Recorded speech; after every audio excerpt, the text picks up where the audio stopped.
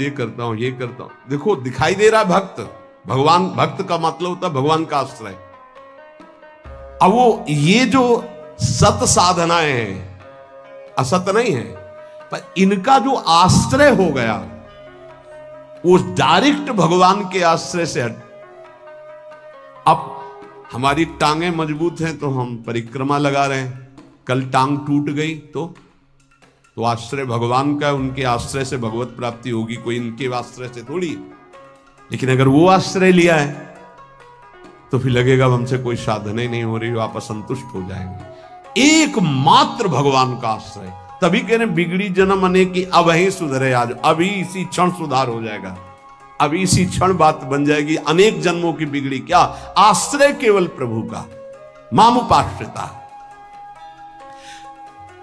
भगवत प्राप्ति की साधना का भी आश्रय है। ध्यान दे, ये बड़ा सूक्ष्म आश्रय केवल प्रियालाल का। साधना बन रही बढ़िया, कल साधना ना बने, ऐसे रोग हो जाए, ऐसी शरीर की स्थिति हो जाए, ऐसी मना स्थिति हो जाए तो हमें भगवत प्राप्ति नहीं होगी क्या?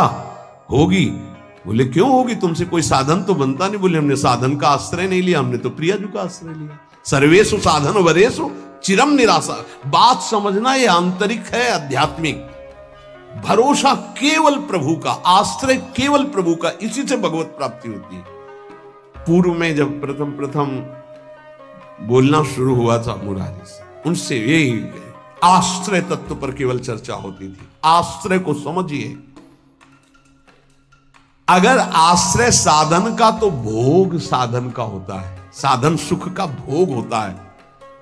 इसीलिए यह गुण साधनते नहीं, बड़ा सूक्ष्म। अब जैसे अल्पज्ञ साधक है तो सोचता है कि फिर तो साधना ही नहीं करनी चाहिए। तो अभी तक आप कर रहे थे क्या? आपसे करवा रहे थे जिनके आश्रित हो। ऐसे भाव में आओ, साधन हो रहा है, प्रभु को समर्पित हो रहा है। नहीं हो रहा है तो हम तो प्रभु को समर्पित ही हैं, हमारी भगवत प्राप्ति तो पक्की है। भाई ये समझ आनी बहुत कठिन हो जाती है।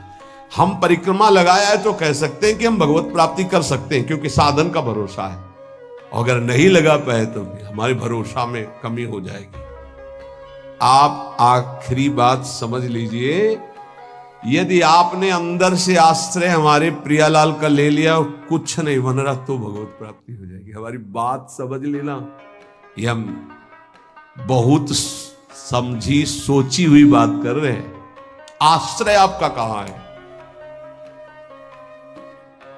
एक क्षण के आश्रय को प्रभु